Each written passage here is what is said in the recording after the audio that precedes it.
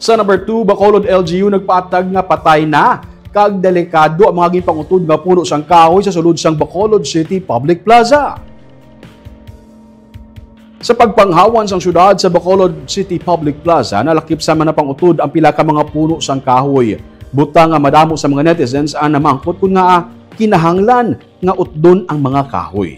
Ginsiling ni Mayor Greg Gasataya nga ang pruning activity ang mayara sang supervision gikan sa DNR. Ginmando sa alkalde ang pagpahawan kag pagpatuman sa minor repairs sa mga comfort rooms kag iban pa nga pasilidad sa plaza gud mas mapatahom kag mapasanag ilabi na kun gabi. Ginpatag man ni City Legal Officer Attorney Carol Joseph Chu nga mga patay na nga puno sang kahoy ang nga makabig peligroso para sa mga nagakadto sa plaza. Kani kinahanglan ini nga mapangkakas.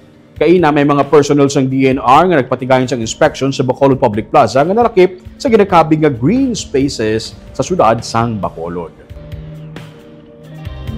Ang sa mga kahoy na yan, tingnan may mga ara kita to na nagpruning kita, ang sa kahoy to, nang kuha na yan ng hazard. Ang mga patay ng gitbala kita nyo to, ang mga ara na git sa duta ng kahoy.